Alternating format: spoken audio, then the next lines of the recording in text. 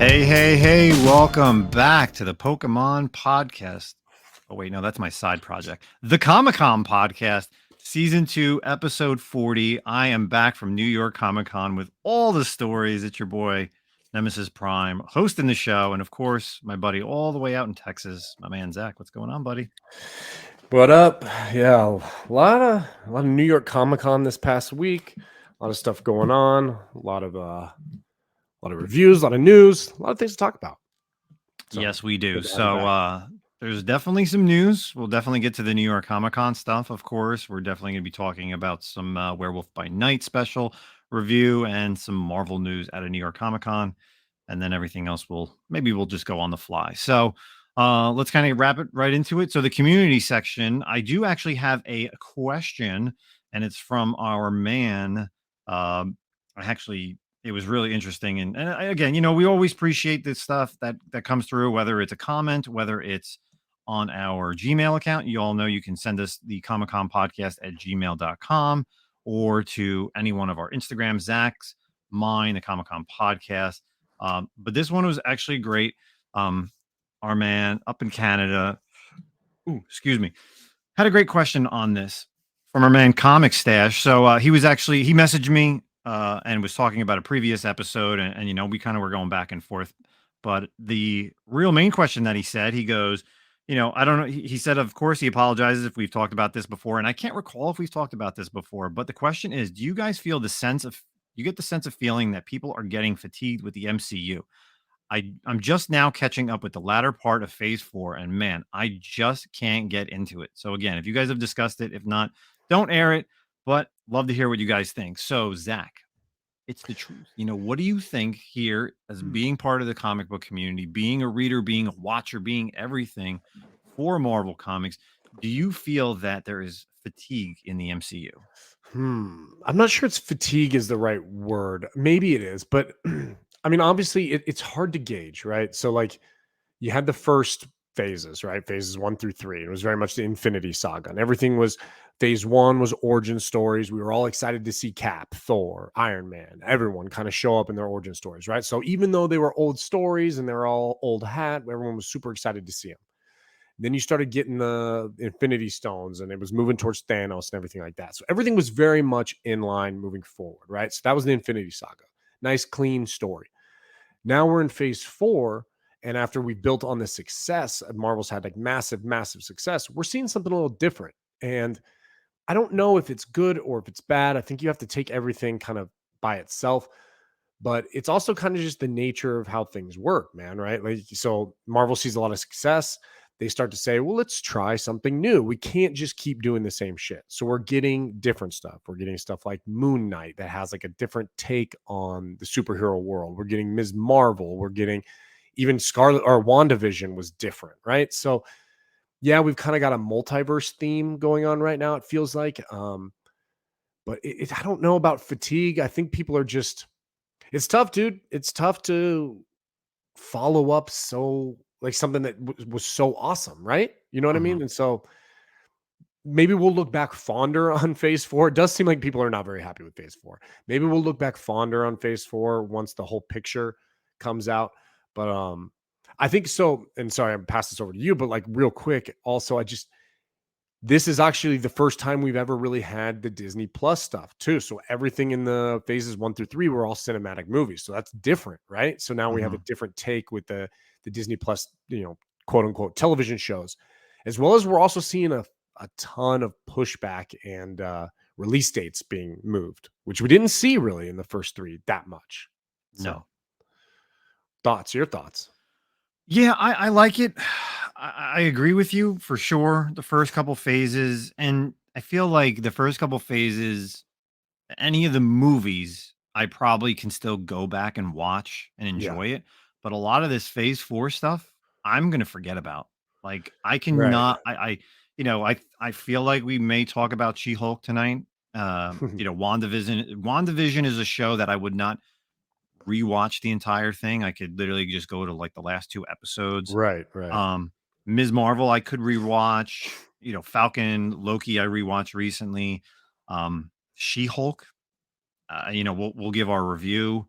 Moon Knight is another one. I don't know if I would actually sit through it again. Like maybe, but yeah, this fave, it's just like, and I can see myself in like 1 or 2 years when like things are really starting to put themselves together.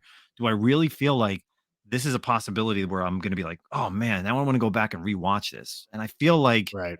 it's a big no. Like Yeah, I mean, what are the cinematic ones? I mean, like we've had obviously Doctor Strange, Thor, Spider Man. No Way Home. No Way Home always feels kind of like that's the one that's kind of in the middle in a way, weirdly, right? Where it's like I fondly think of that as still as like the old phases because I like that movie so much. Hmm. But obviously it's part of the newer phase.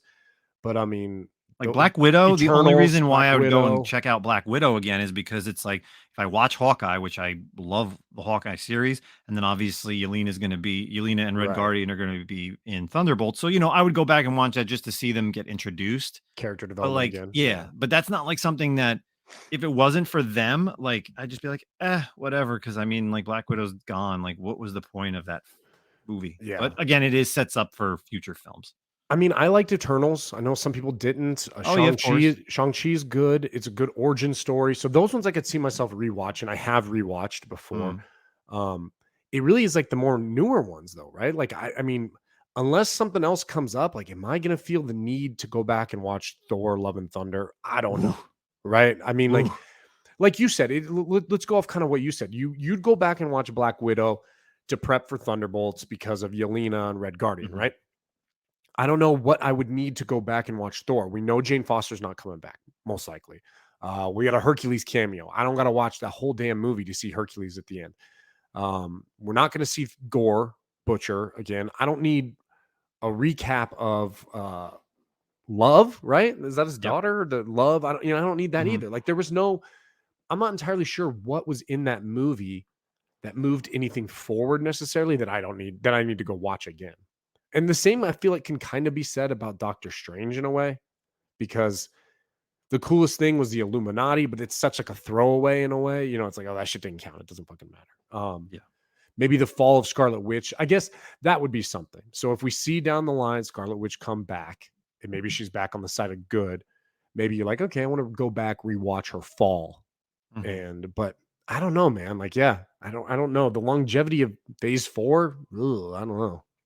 Yeah, with Black Panther coming out, and that's pretty much like going to be the biggest one. I The just read last one today. too, right? Yeah, we just read. Yeah. I read today that like they do a time jump or time skip for that movie based on like where everything is at. So I would think that a lot of things is happening. But yeah, man, I don't know. I get it with Comic Stash.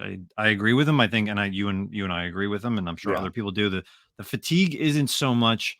I just think we get too much, and it's not on par with what we were used to, right? Right. Because we were just getting the movies. That's what it is. Now you're getting the movies and the TV shows. The movies are still okay. They have them ups and downs, but you can go back and rewatch some of them, like you and I just said. Mhm. But some of the TV shows they're just, in my opinion, unbearable to go back and rewatch. I think it kind of also connects with like a theme we always talk about here, more in terms of comics, where we say, hey, look, the perfect run of comics, right? We always talk about 12 to 24 issues, something like that, like nice streamline. And I think this is kind of it as well, is with all of this phase four, besides multiverse, what is the theme here? Like, what is tying all these together? Granted, it is a lot of origin stories, and a lot of people will kind of come back and argue that, like, hey man, we got origin for Moon Knight, we got Kate Bishop, we got Ms. Marvel, we got Photon, we got it is very much Shang-Chi Eternals, a lot of Hmm. origins, right? So Yep. it is very a la phase one.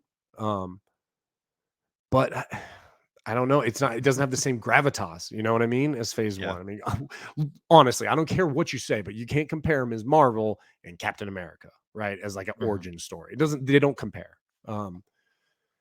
But like I said, maybe we'll look fondly back. Maybe you're gonna have to pick and choose what you want.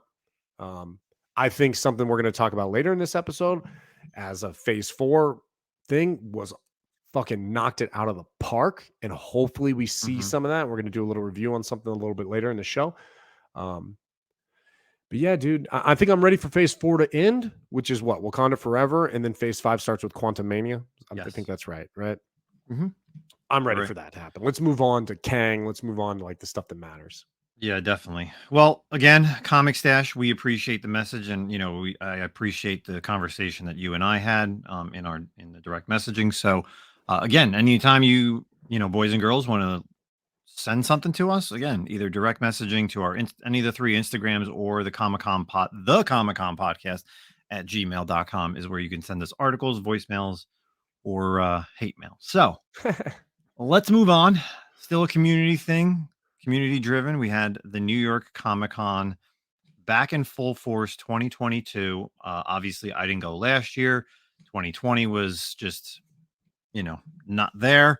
And 2019 was the last time I was there, but it was just a completely different animal. So, the first time in the first, seriously, this is probably the first time in probably about 8 years that I actually went on a Saturday. Okay. And the first time that when they extended it to 4 days that I went every day. So, Wow. yeah, let's talk about this. So, of course, um, Thursday, getting in there, got to get in there early, got to get my commission set up. Saw so many people. It was interesting. Obviously, it's definitely a different animal than it was. I guess more people this year. I'm not even going to go into all the people that I either met for the first time, people that listen here to the podcast, people that I've known. Like, there's just so many people, and I just want to thank them and thank everybody who supports the podcast, supports myself, supports Zack. Like, we really appreciate everyone I took pictures with. One of the guys, posted or commented on one of my posts. He's like, "Oh, what are you, the mayor?" And I'm like, "Nah, man. Like, it's just cool. Like, it's another community show. It's definitely not a comic book show. So if you're listening and you ever want to go to New York Comic Con, it's literally like just go check it off your bucket list because I swear, like, other than maybe Gary's booth and one other booth, I just couldn't dig in boxes. Like, Mhm. the prices are ridiculous. Some people just have stuff that are just not even in order. Like, this one person, and I bought one book, just had stuff like all over the place. They was priced out, but like, I'm not going. If you don't have A to Z, if you don't have it spaced out with like Marvel, DC, Indie, or some type of way, I'm not looking in your Right. boxes. Of course, the price gouging was there. It was unbelievable. The big thing, obviously, this year, and a lot of people have talked about it already, the number of variant covers. Oh my god. Like, Insanity, dude. yeah. And the fact that a lot of the variants are all they do is they just either do like a foil or like a different color or something. It's mind blowing. I remember the early days of New York Comic Con where it was like the Comic Con exclusive, like that Reed Pop would put out, Yeah. and you may get like one or two.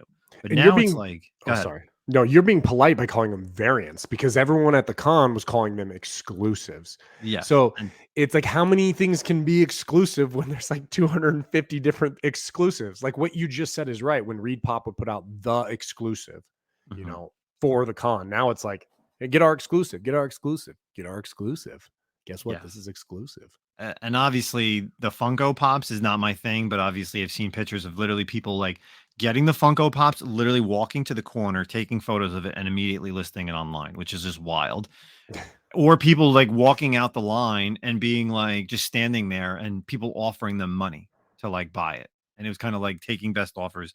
And the people that work for the companies don't even care. Like, Yeah. so it is what it is. But other than that, great seeing everybody in the community. I got to meet a lot of great artists that I've never met before. And then, we'll kind of, the afterlife is great as well as the first time that I've actually stayed in New York City to actually experience like going to New York Comic Con and then going out at night. Cause that's something that I've never done before. And that it was actually really awesome. And I probably will end up doing it going forward because there was no way that I was going to walk around the con all day, sweat, my feet were killing me, and then expect to like get in a car or get on the train to come back to Jersey and then expect to come back out to like meet up with people and stuff. That's just like impossible. So Yeah. really awesome to have a hotel room. I was literally a half a block. Like, if you walked outside of my hotel, Madison Square Garden was right there. And it was a great hotel. I was stayed in like a Fairfield Suites, like rooftop bar. Like, if you see my Instagram, that's where it was. Like, it was no joke. So absolutely a great time.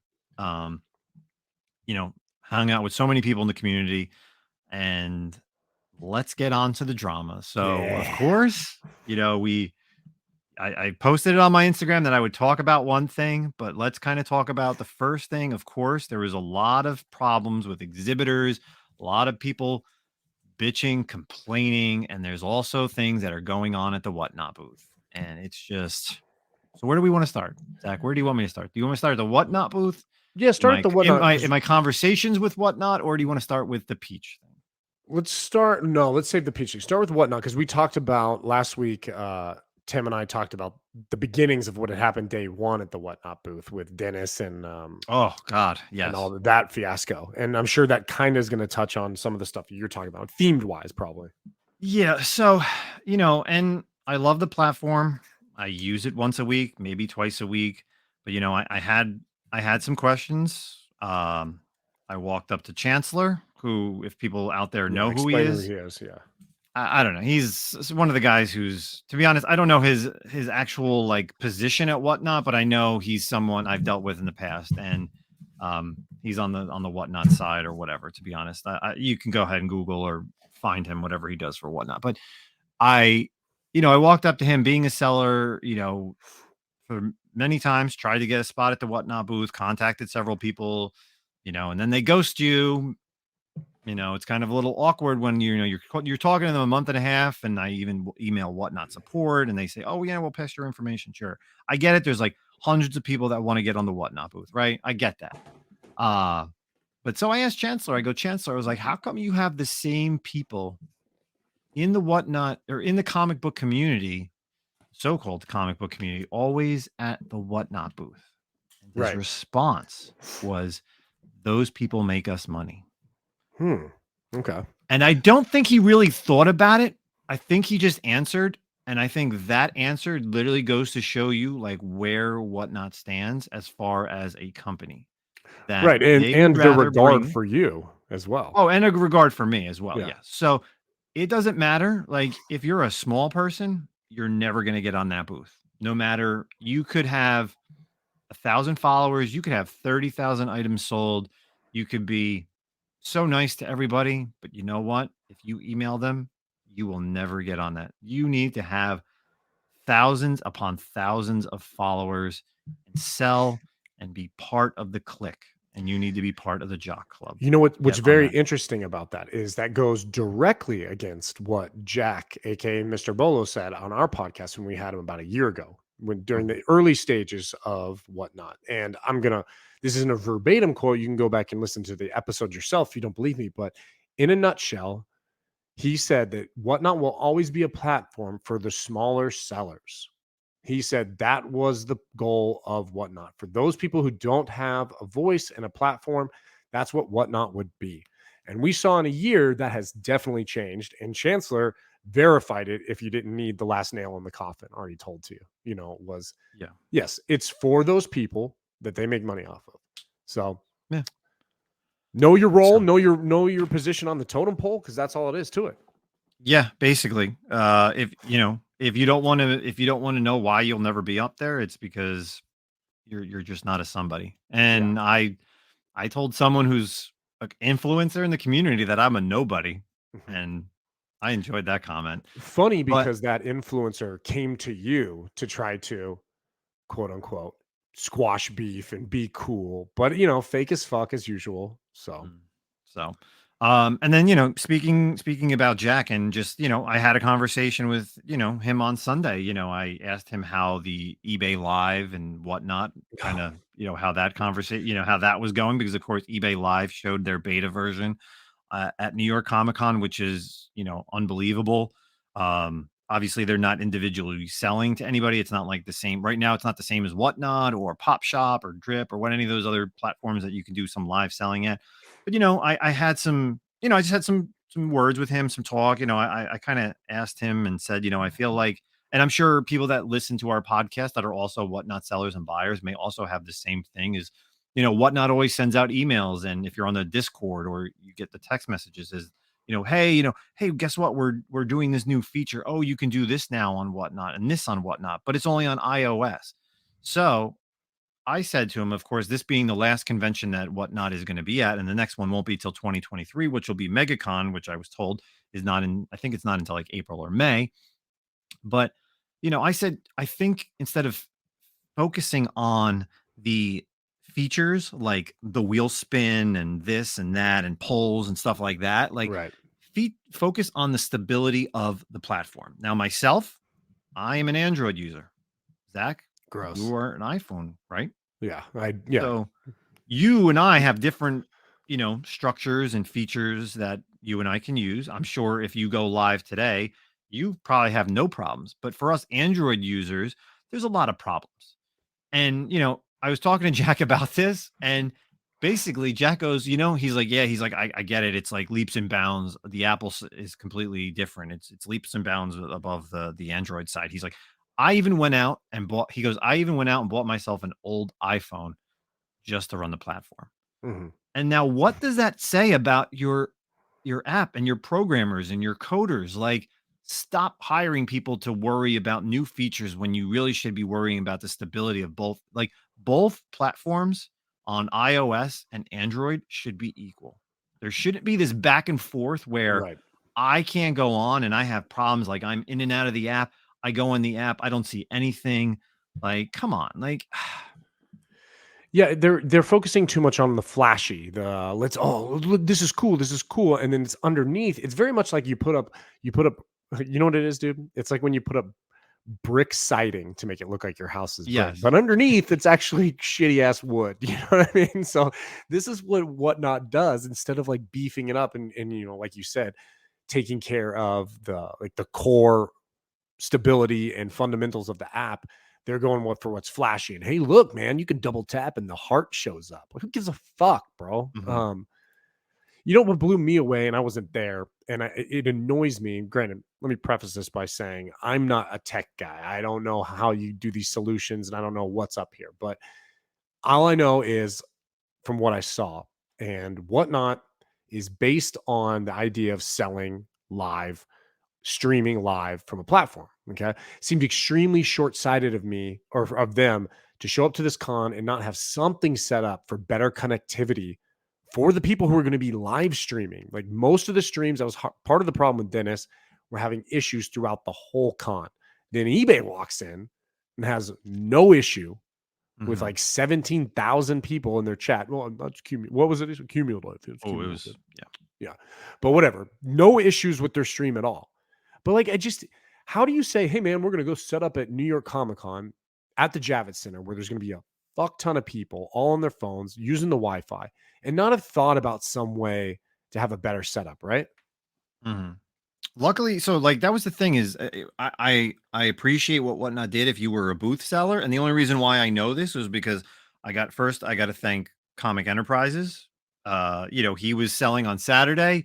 He invited me to come sell, knowing that I did not get a spot to be at there, and I Oh, that's actually was cool. able to sell a few books there on the platform. I got to hang out with him. So what they did was all the sellers were actually all the booths already had iPhones set up. Notice obviously back to the Yeah. iPhone thing. They Not all had Androids. iPhones plugged in already, so you didn't have to use your own phone. You only had to just go on the app and go ahead and sign in. So again, that's great. I appreciate them doing that because obviously, you have no idea what your phone's going to be like. So everybody, but it's weird because yeah, like Dennis had issues, but then like the three other booths, I think there was three other booths, like those people weren't having issues. But then other days, you could see like you um, Adriana, pretty nerdy, who's another great person in the community. She had like a Saturday morning, or yeah, I think she had Saturday morning first thing, and she was having issues. So it's just Mhm. like it was just so many problems, and I feel like obviously the Javits Center, knowing that there's all these people, there probably could have been tech support there or like people to like help out and like look and see, hey, maybe, this is what we should do, maybe whatever the case may be. Right. Right. And I don't know. I'm not a tech guy. Like you said, you're not a tech guy, but there was a lot of issues with the app. But again, I just feel like going back to my statement is that like maybe if I used my phone, there wouldn't be any issues. But you never know that they supplied the phones. That's awesome. So you don't have to use your battery because of course, like by the end of the day, my battery was dead on my phone. Yeah. Going on eBay and checking everything and seeing everybody's posts and going back and forth in our chat. So that's the Whatnot stuff. Yes. Tell us about Peach Momoko. Ooh. So there was this little girl artist known as Peach Momoko, who is probably And it's crazy, man. Here it is. Here's what blows my mind. 2019 New York Comic Con. I could still visually see this. It's literally the week before Ghost Spider 1 in 25 Peach Momoko variant drops, which is her hottest variant. I don't care what anybody says, hottest variant of all time drops. I am actually holding the original piece in my hand, and she wanted $2,500, and there was no line around her because nobody cared. I was like, wow, this would be awesome to have. But I didn't have $2,500. I wasn't collecting original art at that time. Still, there was no line. Fast forward to 2022, 3 years later. This girl has just blown up all over. Midtown Comics. The lines were crazy for her. I was also told by another artist that she would not sign at a booth unless there was nobody around. Why? Because of issues that happened with con goers on Saturday. Now, I don't know the issues with Saturday, but I'm guessing it's the same thing that happened on Sunday where I was right there. So she's, and she said it in her post. You can check out her Instagram. She felt sorry. She's quote unquote mentally weak. She comes from a culture, and I get this. She comes from a culture that, doesn't see and maybe, is in an aggressive manner the way that certain people were. But I'll tell you exactly what it was. Sunday morning, people lined up. Um, I lined up. I didn't have an exhibitor badge. I had a 4-day badge, and there's a picture. You can, if you Google this or check out Facebook groups, there is a picture that says, "Oh, the exhibitors are lined up at 9:40." And you know what, people? I'm in that photo. It's me. I will not deny it. I've sent it to these guys. I sent it to the Lords of Yeah. the Long Box group. I say, man, look at this asshole. I was, I was early in that line. Do you want to know why? Because if you've watched the Andor show there, and even in the trailer, he says this. He says that all you got to do is walk in like you're one of them. Act like you're supposed to be there. Act like Yep. you're supposed to be there. They don't think that you're going to just walk in, dress like them, eat their food, nothing like that. And that's how it's done, people. I'm not going to tell you more tricks of the trade for New York Comic Con or any con, but yeah. So yeah, I was in that line with exhibitors. So now what happened is Peach came because she was doing a private signing with another booth. Uh, I was probably like 9th or 10th in the line at the moment. Staff came down for New York Comic Con Artists Alley. The guy basically said, hey, all exhibitors, guys, you got to get out of here. This is for, the regular people, blah, blah, blah. So they kicked out all the exhibitors. So now I went from like 8th or 9th in line to like 2nd in line because there was a guy in front of me and he also had a 4-day pass, whatever, how he ever got in. And, I thought it was a little weird where we were set up because, of course, they need to rewrap. And here's the worst thing. She was set up as soon as you walk down the escalators to like the left. She was the first person. And I knew that this was going to be a problem like immediately on Thursday where I saw where she was set up. I was like, this is going to be such a just so much, right? There's going to be tons of people. It's an awful spot. Comic sketch art and Kirby's art and all those big name artists and writers are all the way in the back. They have like a full row. But man, Peach should have had herself in the back because that's literally, she was in the worst spot ever. So what happened was they moved some people.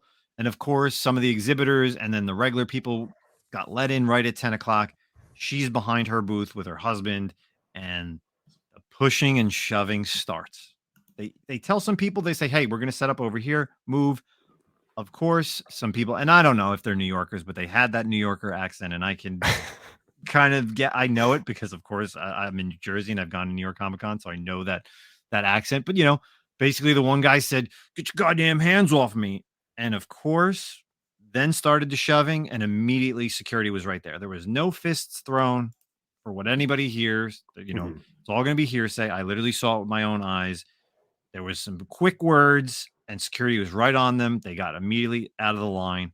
And then what happens is, like Peach said, she's mentally weak. She was hiding underneath her booth, like literally. So if you have seen any type of booth at any type of con, she literally is small enough to the fact that she can crawl underneath the table and stay there. And that's basically what she did. So now I'm again still like 2nd in line. They moved us, and I guess her husband who was with her just told the staff that she just couldn't do it. That she just couldn't continue that day, knowing that you know people that may only show up on Sunday were the only ones to see it. So um, everybody had to get out of line, and then eventually, at some point, she did sign at the Midtown Comics booth, from what I understand, and then also did another signing on Monday. I know some people were able to buy some of her quick sketches that she did previously before the whole shit show went down. And, unfortunately, it is what it is. But, don't let people tell you that, oh, there was a lot of fighting, this and that. Let me tell you, I was there Sunday. That's the story. It's just real quick. Go ahead.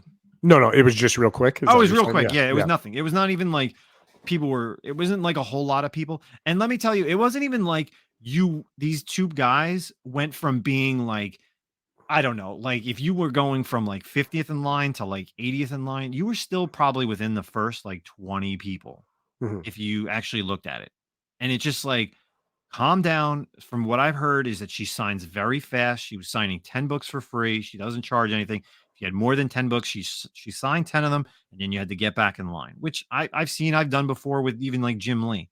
But like the fact that these people who were still like in the first 20 to 30 people, like like pushing and shoving to ruin it now for everybody, Right. like absolutely the worst, man. It was the in worst. That sucks, man. It's too bad. At least it all kind of worked out, and hopefully things will be better for her in She said she'd come future back. cons. Yeah. She You seems like know, a very sweet person, and the fact that she doesn't charge for her signatures when she easily could and make a killing off of it, I mean, that says something about her. yeah. I the lines were crazy every day. I grinned and bared on Friday, and even again, the people that may have saw me to think that I don't stand in lines, like I waited an hour and 45 minutes on Friday for Mark Brooks, just so everybody knows. Mark was supposed to show up at 11 o'clock. I had my Kanan 1 and my Kanan 12 to get signed. He was supposed to show up at 11. I got in the line at literally 10:55, 11 o'clock because I wasn't going to wait around. And I was probably like the third person in line. And I'm just standing there with like two other people, three other people. And then the line starts growing. And he didn't show up till about 12:30. Hmm. So the fact that people think that I may even have like an in somewhere, no. Again, Hmm. I've spoken about this many times. I still wait in lines. I ain't got no, special privilege, special passes that get me an hour and a half for Mark Brooks to sign two books. But all in all, how was the con? Good? Absolutely terrible. Oh, really? So, I mean, you No, had man. fun though, right? Yeah. Again, the afterlife is literally what cons are all about. But even at Terrific Con, during the con is still what was fun. Right. Would I do 4 days again unless I stay in the city? Again, yes. That's the only way that I would do 4 days. If you want to go to New York Comic Con just for the experience, you can go for the experience. But if you're looking for comic books, it's an absolute no. Mhm. I don't know what's going to happen next year. I hope that they're going to do less variants. I'm sure they're going to do twice as many variants because that's what everybody talked about. So God. that's my New York Comic Con talk. Um, let's get out of that because Let's do I'm it. just, I'm just disgusted by a lot of things that happened at New York Comic Con. But we continue to fight. We continue to be there. There's so much more that we could talk about, but I don't want to. If you want to hear more of another drama community issue, go check out the Pressable Defects. They Oh yeah. had my friend Nick GQ over there this week. You can go ahead and watch that with those guys from Pressable Defect. There was another issue regarding variants and ownership and accountability with an artist. So go ahead and check out the Pressable Defects over on YouTube. They had a really good live show this past week. So out of that, into some comic book news. We Let's got do one it. article. Of course, coming out of New York Comic Con, we could talk about tons of stuff that got announced, but I feel like this is a fun one. Over at Marvel Comics, New York Comic Con 2022, Marvel Comic maps out its biggest upcoming stories at New York Comic Con. So, Zach and I are going to be bouncing back and forth. There are upcoming 6 events. Talk them 6 events. 2 of them we've actually a little bit talked about. Mhm. But let's kind of get into it. The fall 2022 through 2023 events that Marvel has set up. And Zach, why don't you go ahead and take the first one? Yeah, so starting off, like Justin said, is one we've actually kind of touched on a little bit already, and this is the Avengers Assemble that's going to be kicking off here in November of 2022. So Visionary writer Jason Aaron brings his nearly 5-year run on Avengers to an incredible end, joined by artists Brian Hitch, Javier Garron, and Aaron Cooter. Jason Aaron will tie together his work on Avengers, Avengers Forever, and the Avengers of 1 million BC in a multiverse spanning saga that sees the Avengers go to war against an unprecedented army of villains and prove why they're the mightiest heroes of all Earths. So, yeah, so if you've been reading, we've talked about it, like I said, Jason Aaron's run on Avengers. We saw the introduction of the 1 million BC Avengers. We've seen the little spin-off Avengers Forever, which is going to be a 12-issue series in total. And we've seen the ongoing Avengers run, which is kind of split off the main story. But basically, the big story here is Avengers throughout time battling against kind of like a multiversal Masters of Evil, pretty Yes. much. And it's been really good. You know, it suffers from the same thing all Marvel books suffer from is other events. So it's like the Avengers books have to also now tie in the middle to like the Avengers, X-Men, Eternals, you know, Axe Judgment Day. They always have to cross over with everything else. So they tend to lose the steam, but it's been good. I'm a little tired of it already. Honestly, like the Avengers Forever, it was really cool at first, but now each issue is just like, oh, you know, they bring in like another version of an Avenger. And Yeah. honestly, it very much is mirroring kind of what we're seeing in the MCU with like the multiverse, right? And so it's kind of annoying. All that stuff's fun to see. It's fan service in a way. Like, what if, you know, Tony Stark was Ant-Man or whatever, like some weird ass shit like that. But there doesn't feel like there's any like gravity to that, or that it's actually going to matter. And that's kind of my issue with it. But I do like Jason Aaron, and hopefully it'll end really well. And it'll put the hope is always that it's going to put the Avengers in a good place for the future. So we'll see what happens. So that starts in November, and then we got December, and we've talked about this a little bit before, but Dark Web. So you got the two spurned clones of Marvel Universe's Madeline Pryor and Ben Reilly team up as green as the Goblin Queen and Shazam to unleash their revenge in this Spider-Man and X-Men crossover that pays off decades comic book storytelling. Ooh, can't even talk tonight. The dramatic event will well, Jesus, I am so bad tonight. Wow. The dramatic event will fan the flames of the classic Inferno crossover and impact Spider-Man, the X-Men, Venom, Ms. Marvel, and more in a series of tie-ins, issues, and limited series. I am so tongue-tied tonight. God, and I'm having coffee over here. Yeah, we talked about this before. I really think this is going to be great. You know, Ryan Stegman is going to be drawing it. We saw a great cover for Dark Web. I'm liking that they are bringing in this Goblin Queen and of course Chasm, the Ben Reilly thing, that he's the new character in the world of Spider-Man stuff and basically a villain now. And you get the Madeline Pryor because of course with Inferno, they've done the Inferno series a few times now, but I'm excited because that means they bring in Magic, our girl Magic. And Yeah. it's interesting, you're getting Venom in there and even Ms. Marvel, like Kamala Khan. Like, where does she fall into all this between the Spider-Man and the X-Men stuff? So Right. little You know odd. what's really interesting about Madeline Pryor right now is she recently was in a story arc for New Mutants. And basically, in a nutshell, the story arc was Magic didn't want to be the ruler of Limbo anymore. And Madeline Pryor wasn't supposed to be brought back to Krakoa because Krakoa has a big rule on no clones. But Madeline Pryor was brought back because certain characters, other heroes, like vouched for her and wanted her. And Magic turned over leadership of Limbo to Madeline Pryor. So where last we saw Madeline Pryor, she was kind of moving towards, I wouldn't say good, but not bad. She's on the side of the X-Men. She's going to run Limbo and she's going to kind of be left alone, but she didn't have any nefarious like schemes brooding it all. So it's kind of, I don't know. I kind of liked where they left her off, and now bringing her back to bad. I don't know, but we'll see. It should be fun. It's fun to see her and Ben Reilly, right? Like I liked how they said the two spurned clones. Yeah. That's interesting to see them kind of interact. Yeah, definitely going to be a good series. And that comes out starting in December. And then of course the first one in January. What do we got for January? Oh man, this one's going to be great. Sins of Sinister in January 2023. So Mr. Sinister's devious machinations yield the darkest Marvel Comics future to date in this universe melting X-Men event. Immortal X-Men, X-Men Red, and Legion of X will be transformed into immoral X-Men, Storm and the Brotherhood of Mutants, and Nightcrawlers, as this overarching saga propels further and further into an unforgiving universe where all things are sinister. So, with House of X, Powers of 10, the Krakoa Age, and Marvel, or with the X-Men, Sinister has been very, very prominent. Okay. And as you're reading it, if you've been following, you've seen throughout the stories, you'll get a lot of like sinister, oh God, what they called sinister facts or whatever. And he's really kind of been doing things behind the scenes. So it seems like we're finally going to kind of see maybe what Sinister has been up to. This definitely has like a, what do you think about this? Has a very much like a vibe, kind of like Age of Apocalypse, right? Where they change the Yep. title names to like new names. Yeah. I'm definitely interested in the Nightcrawlers.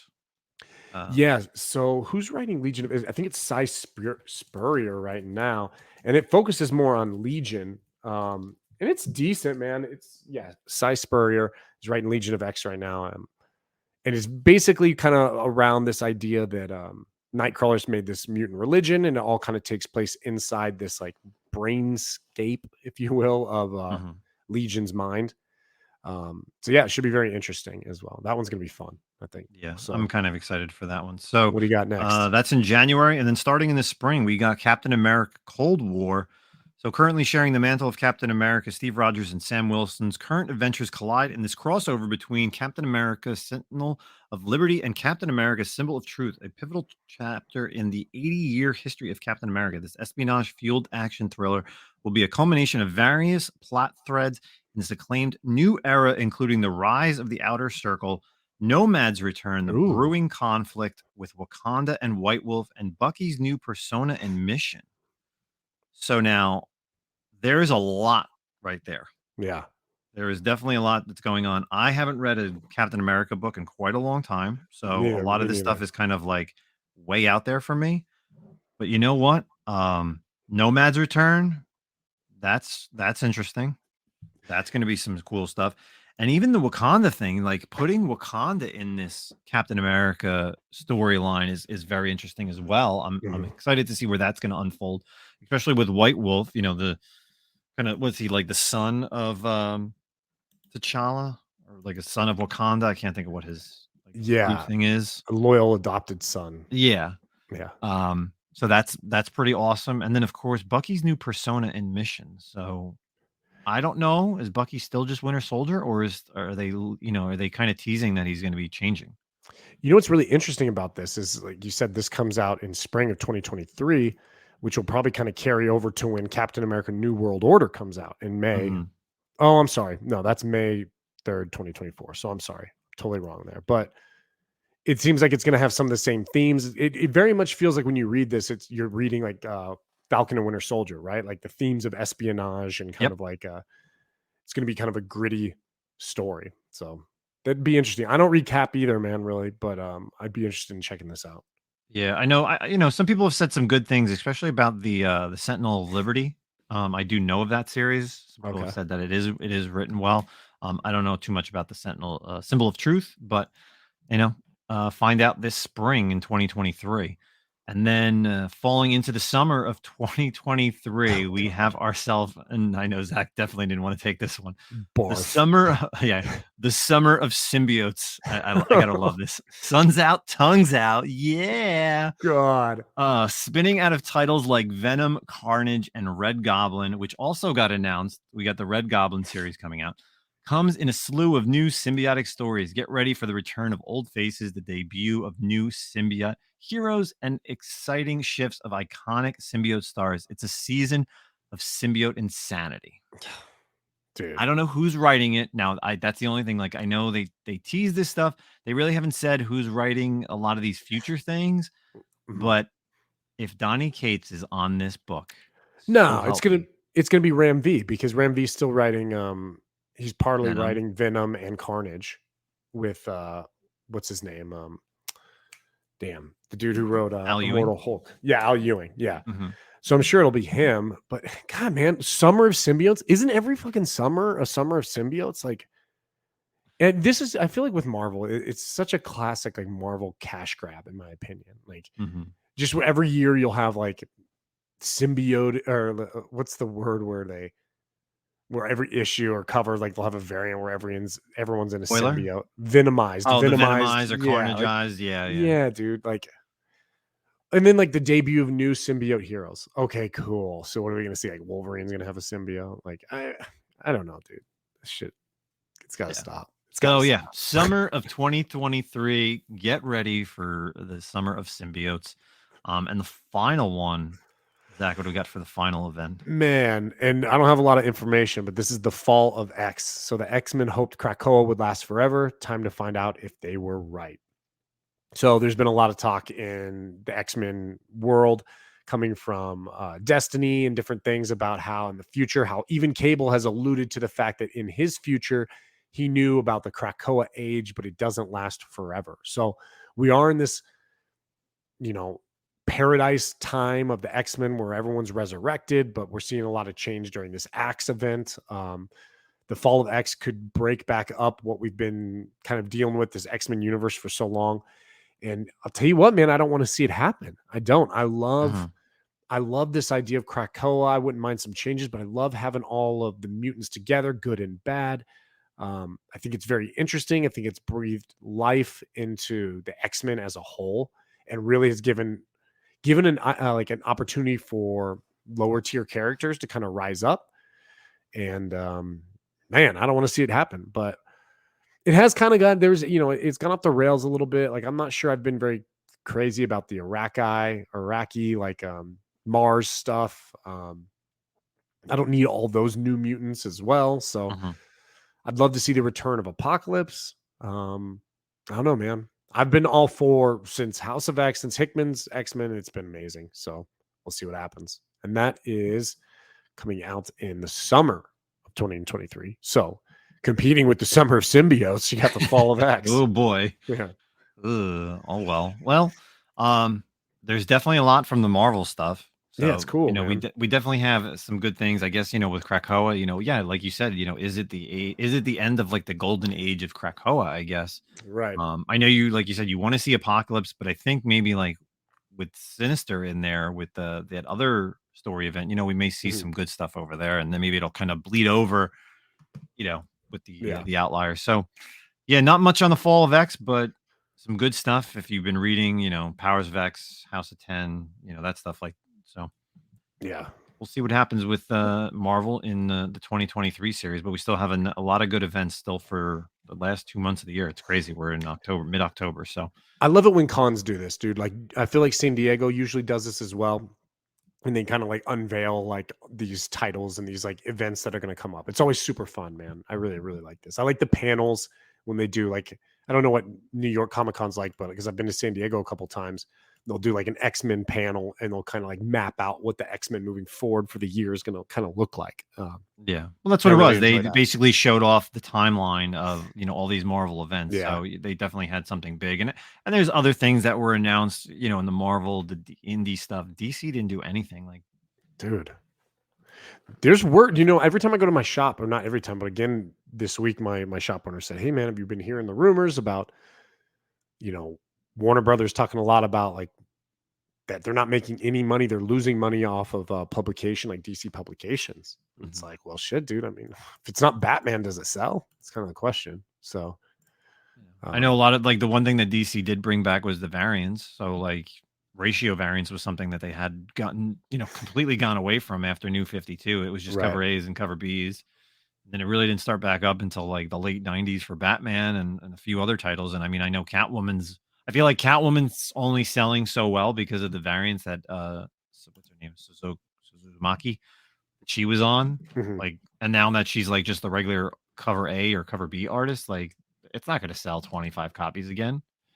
So, and I guess the big thing at the end of the year, which we talked about a while ago, was the Batman Spawn. And I was looking today, like they have, regular. There's like 11 main covers, and then there's like a 1 in 25, a 1 in 50, 1 in 100, a 1 in 250, a 1 in 666. So 666 copies, and then a 1 in 1,000. Wow. Uh, At $6 a piece, that's already like just the regular main 11 covers. You're at like $70, basically tax included. So I don't know. I don't know what even that. Then a one shot, it's only a one shot, and people are like losing their minds. Well, that's what happens with these variants, man. So Yeah, and I like variants, but I just can't go down that route for you a do book like like this. So, variants. so let's get out of the comic book talk and Yeah. get into what is amazing. And I'm sure Zach and I are both going to have high scores on this one.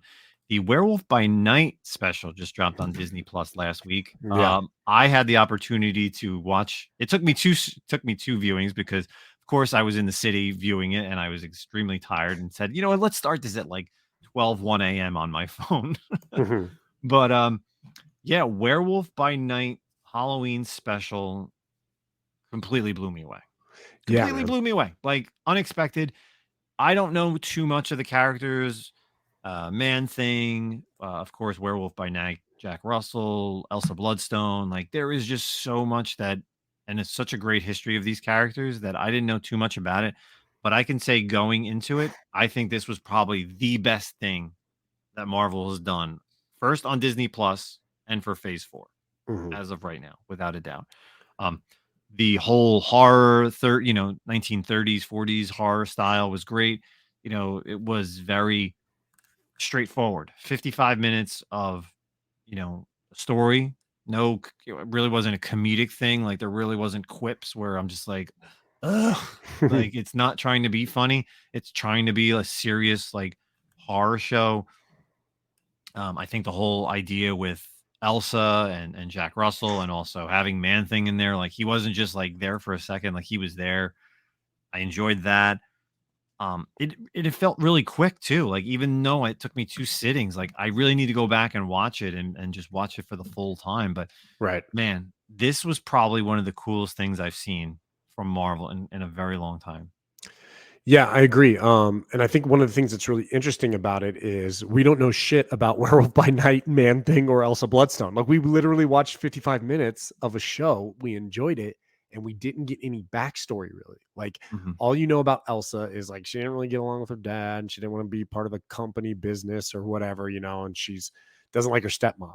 And then Yep. Jack, all you know is dude's a werewolf and he's friends with a man thing. And what the hell's a man thing? You know what I mean? So I thought it was interesting that like we didn't really explain these things to anyone, but it felt really the story was tight and controlled and it felt really good. And I agree with you. I mean, like the take on the horror aspect, dude. I loved how bloody it got and like gory and like Hmm. they zoomed in on stuff like that. And I was like, hell yeah, dude. Like, do this for horror. Do this for Blade. This is if Blade ever comes out. This is what Blade should be.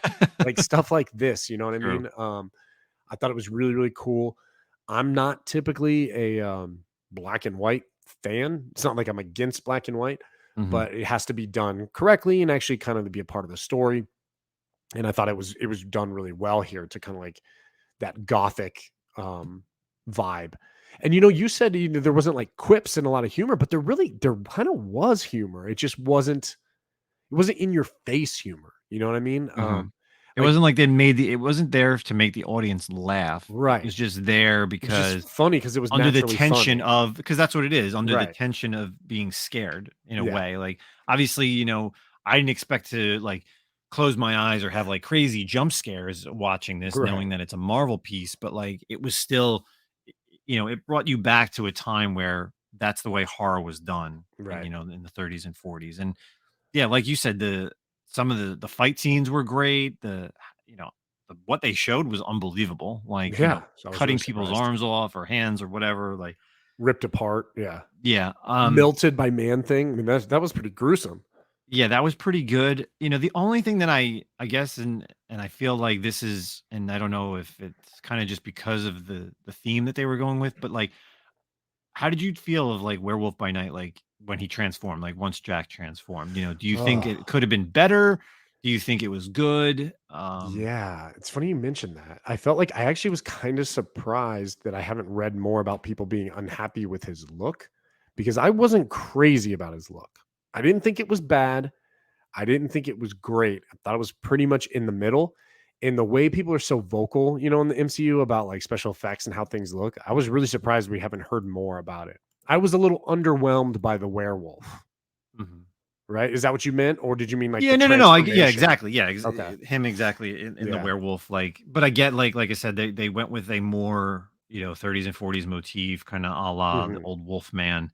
Right. So, watching it, and then of course by the end of the show when it kind of fades back into color, Mhm. do you think we could ever see him in that look being on screen like with other characters?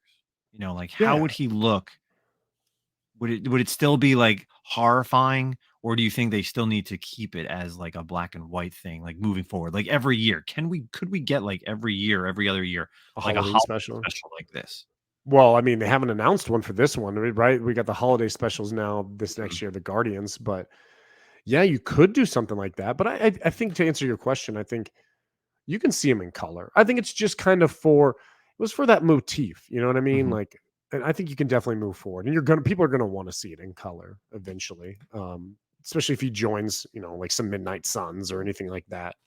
Um, I definitely enjoyed it, man. I thought it was really good, Mhm. and I want to see more. I want to see Yeah, more. I'm in the same boat, and of course, right now we have nothing, and I'm sure there's gonna be no announcements until, like, San Diego Comic-Con next year for anything that's related to whether it's Elsa or Werewolf by Night or Man-Thing, like, I mean, we've talked about all the movies and the shows upcoming, like, what's really horror? You have Agatha, so Right. possibly because of, like, the witchcraft, because Man-Thing and Agatha could have, like, a little bit of a there could be, like, an Mhm. episode in there where Man-Thing shows up or, Werewolf by Night. Elsa's kind of, like, out there because Elsa has, like, such a cult following, Yeah. like, where does she go? Like You know what's very interesting about Man Thing right now, especially in the phases we're in, is Man Thing is typically a nexus of realities, and we're in like this multiversal Mhm. reality phase, and I'm wondering if they're going to bring that into play at all. Um, but we'll see, dude. Yeah, it was awesome, bro. It was Yeah. really good. It was the right length, but when it was done, I was like, damn, that's it.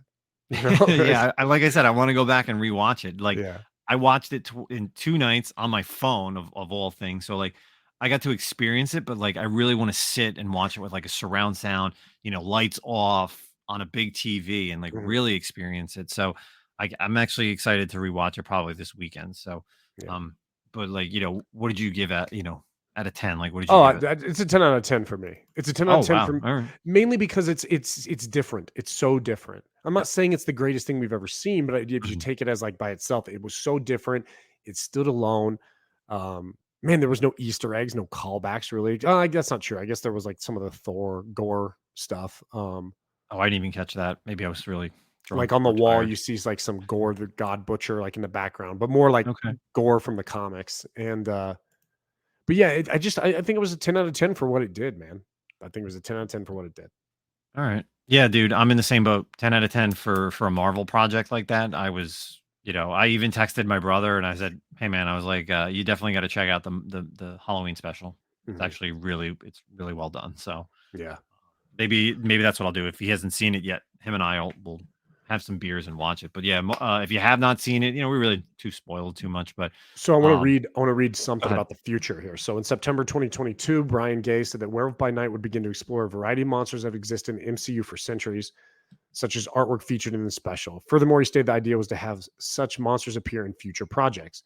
Gay also explained the special endings intentionally left Russell and Bloodstone totally changed and in a space that they did not expect to find themselves in, and felt it was the beginning for their characters, but was uncertain if they would return. Feige said the special would introduce a part of the MCU that would become quite important to its future. So I think that's pretty good. That's pretty cool, man. Whether we'll see them or not, it's gonna, definitely tie into the future of the Marvel universe. Like it. So let's get into the other one. We could save that. You want to save the review Yeah, there? we'll, It's we'll getting we'll kind of save late, that. right? We'll give people a week. We'll give people a week on that Okay. one. We'll I come want back. to I want to let it sink in a little bit. So, Okay. um, So let's let's go do ahead, yeah. finish up our show, of course, with what are we currently reading. I'm like 2 weeks behind because I had to just pick up everything from last week that I missed, everything from this week. So, I mean, I could sit here and talk about all of last week's books that I read, all of this week's books, but Zach, why don't you go ahead first and what are you currently reading? Okay, hot garbage of the week is Ooh, going to hot be, garbage. and I think you're going to enjoy this. Is going to be Captain Marvel number 42, the series that will never end for you, right? Yes. And it's just garbage because it's Marvel's, Judgment Day tie-in. I just thought it was stupid, but I picked it up because I'm got to get all the Judgment Day stuff, and I just thought it sucked. Nothing more needs to be said about that. Tie for pick of the week for me were two, and I'm loving both these series right now. The Chip Zdarsky's Daredevil #4 was so good. I'm trying to think if I want to spoil. I'm not going to spoil, but you kind of see something happen between Daredevil and Elektra that maybe has been a long time coming. We see them preparing for their war against the Punisher and the Hand as they create their own team, the Fist, and kind of move forward in their leadership roles with that. And it was just a really, really good issue. And then also tie with my pick of the week is going to be Ghost Rider #7 by Benjamin Percy. This is kind of the first issue moving forward where Johnny Blaze has kind of gotten out of this little parasite thing in his head. So we don't get a lot of information on that and what's happening, but we see the introduction of a new villain. I know this has been kind of a hot book this week as well. And we see finally Johnny Blaze team up or kind of meet up with Talia Warroad, and hopefully they will be kind of like a duo moving forward, as well as the reintroduction and we see the reemergence of Blackheart kind of show back up. Yes. So I'm really liking the Ghost Rider run, and everyone knows I'm a big Ghost Rider fan, so it's really, really good. Yeah, I read it today as well. I enjoyed it. I the covers are amazing. I think the interior art is great. The character Exhaust is pretty wild. Like he looks creepy. Insane. Yeah, super creepy. He's definitely somebody. Of course, you kind of have him and the reintroduction of Blackheart, like you said, and then they kind of go. They kind of tell you stuff that Johnny has done over the past year or few years, because if you don't know where he was the king of hell. So it's pretty badass, and I'm definitely liking the series, and I'm not a big Ghost Rider fan at all, but I've stuck with this series since the beginning, and it's been very well written. Yeah. So for myself, my hot garbage of the week, and I talked about it last month when it's hot garbage, and I don't know if you've read it, but the Batman and Robin. I haven't read it yet. No. Oh, it's still bad. I know you. You know what? So I didn't dislike the first issue as much as you did, dude. I don't know what they're trying to do. Like Batman and Robin, like the first issue. Again, it's very magical, very on the for all the magic users out there in the DC realm. Of course, they had to do the Zatanna cover, so I picked up that one because I had to have the Joshua Middleton cover. That was what got me. Yeah, that's exactly what got me. So I pre-ordered 3 copies because I'm sure I'll send 1 or 2 to CGC to get a 9.8. But this issue, same thing. They bring in all these magic users. You get Clarion, you get Fearless Faust is in there. But then they just go on this whole tangent of with Batman, and I'm not going to spoil too much, but of course Alfred's in there, he's back, and it's a lot of stuff that Bruce is seeing not really through the eyes of Robin, but what happened in the Robin series. So the whole Tournament of Lazarus, the whole Talia's grandmother or mother, I forget what it was. Grandmother. Bruce finds out about this, but it's through visions, but just all this stuff is occurring, and you're just thinking Batman and Robin should not be dealing with this. It doesn't make sense. There's just too much. Seriously, this is why do we not have a Justice League Dark series, but yet we have this Batman and Robin series that really is involving magic users? Because what we said earlier, Batman sells. Yes, but it's not. This is not a series that I am enjoying because of the magic users. Right. Zatanna was in the first issue, but she was dead, right? It was really weird. So I don't know. My hot garbage is just I can't with the series, and I'm glad I can't. I read it at the shop. I'm like, ugh, whatever. Honorable mention, Wakanda #1. I liked it. We talked about this series coming out that every issue is going to be kind of supporting characters in the Black Panther Wakanda universe. This first one, of course, started out with Shuri. Shuri, kind of deals with her and her mother, and obviously with the current Black Panther run, the exiled T'Challa. There's kind of 2 stories in this issue. I didn't really care too much for the second part, which is kind of the history of previous Black Panthers, but with her and who she fights in this is really interesting. In this first issue, I enjoyed it with Shuri. I don't know who the next character is or if they're going to continue with Shuri, but definitely honorable mention there for Wakanda #1. And this will be the last time you hear about this, people. Once in Future #30. Yeah, I figured you were going to talk about that. Yeah, I figured that's why I let you go first. Yeah. But yeah, man, the payoff is the payoff. Like we Mhm. finally get the conclusion of this Arthurian, history, the Holy Grail. Um, Duncan, Rose, his grandmother Bridget, Elaine, who is the daughter. It really it caught me at the end, man. It got me, it had me goosebumps. Some things happen, Yeah. but man, Rose is badass. Mhm. I'm so it sucks because like I literally didn't find out till Sunday that Dan Mora was at New York Comic Con.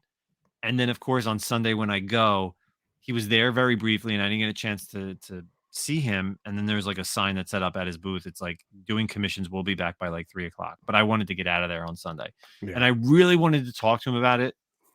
And I'm really upset that I didn't get a chance to talk to him about it once in future. But yeah, people, it's done. 30 issues, concise story. Zach Mhm. and I have talked about this over God the past like what 2 years Yeah. since this season series Supposed to only started. be a 6-issue miniseries originally. Yeah, and I absolutely loved the ending, at the end of the book, Right. What he talks about? Kyrian Yeah. talks about it, Dan talks about it, and it's funny, he talks about the failures in life, and he talks about how this really was a failure. It was a failure to be a 6-issue miniseries, Yeah. which led to it to be an ongoing 30-issue run, but, it's done. I highly recommend now people going back and just picking up the trades. If you don't wanna pick up all 30 issues, go back and read this. I cannot wait to actually go back and reread this, and, now that it's finally done, but, yeah, Or man, the if you go do ahead. want the issues, hit me up because I am Oh, currently selling all 30 of my issues. And for a listener for the Comic Con podcast, I'd give a hell of a deal because I just need them gone. alright. So, yeah, so issues 1 through 30 is complete. Just so many great characters show up in Oh this, and yeah. I So much fun. yeah, and like I said, the ending is quite interesting, and, of course, I think one of the coolest scenes is Merlin kinda at the end, like, when he says something along the lines of, like, "I'll be back," in a Yeah, you'll way. see me again. I have to keep doing this. He Yeah, has no basically, choice. yeah. Yeah, he's like, they're like, "Will you die?" And he said, "I can't." Basically, kind of like I have to be back. And there's a Yeah. little twist at the end too, Yes. which was Yeah. really interesting. It kind of like, I mean, I could see them coming back and doing like a prologue, like a prequel series for this. Yeah, with maybe, So, like, Bridget as a younger character, and her like, kinda daughter, her in yeah, her younger days. yeah. But yeah, so that's, of course, my honorable mention. And last but not least, pick of the week. Yo, Star Wars Visions is probably the best Star Wars one shot and just Star Wars in general that I've read in the past few years. Hmm. Like, it was amazing for a one shot. Like, the samurai, the Ronin thing, like if anyone's have ever watched Afro Samurai, the anime, like it's literally like watching that. Like, and I absolutely loved the whole Ronin thing. They brought back the Ronin from Visions, of course. If you've seen it on Disney Plus, the first episode that was released, probably the most watched episode of that entire series for me, other than like the Nine Jedi's. But watching like the Ronin with his little robot, and then the other like Jedi slash Sith, maybe you don't really know. He kind of literally reminds me of Afro slash Ninja from Afro Samurai. If anyone's ever seen that anime, but man, it's so badass. Like the art is straight up anime manga style. It was so good, man. Hmm. I haven't read it yet. I'm waiting for it to come in the mail. Oh, dude, and I'm just like so upset that it's literally only a one shot. Like, I hope it sells so well. Like, it actually, well, it sold so well that they did go to second printing, but I'm hoping that it continues because I really want more of this character. I want more of this character. I want more of this style. And probably what will end up happening this weekend is I will literally go back and watch Afro Samurai, the movie, and then Resurrection, because that's literally what it was like reading this comic. Like, just there's like some panels in there that you're just like, oh my God, I want to know more. So, Yeah. but yeah, pick of the week, Star Wars Nice. Visions. And I haven't, and Zach and I kind of talked about this before. Neither of us have read the phase two um, first issue of the High Republic because I'm just been super busy, and Zach, same thing. He's got like some stuff to read. Path of the Seed is out, the novel, right? The first Mhm. novel is out for Yeah. High Republic. It's being delivered by Amazon this week because I ordered it. I have not started it, but I heard great things. So if you're into Star Wars, the High Republic takes what everybody has read over the past year and puts you back another 100 plus years to some older stuff. So we're gonna see what happens. But That's it, everybody. Season Sweet. 2, episode 40 here on the Comic-Con podcast. We appreciate everybody listening to us. Make sure you like, comment, share, tell your friends about it. I'm sure this will be we'll have some extra views because of course I teased it on my Instagram that we'd be talking about Peach. So if you made it this far, we appreciate everybody. And that's it, everybody. For myself, of course, follow me on Instagram and also whatnot. Probably got some sales upcoming, and who else knows? I'm a Pokemon collector now. Oh, Talk God. about that maybe next week. But Zach, yourself, what do you got?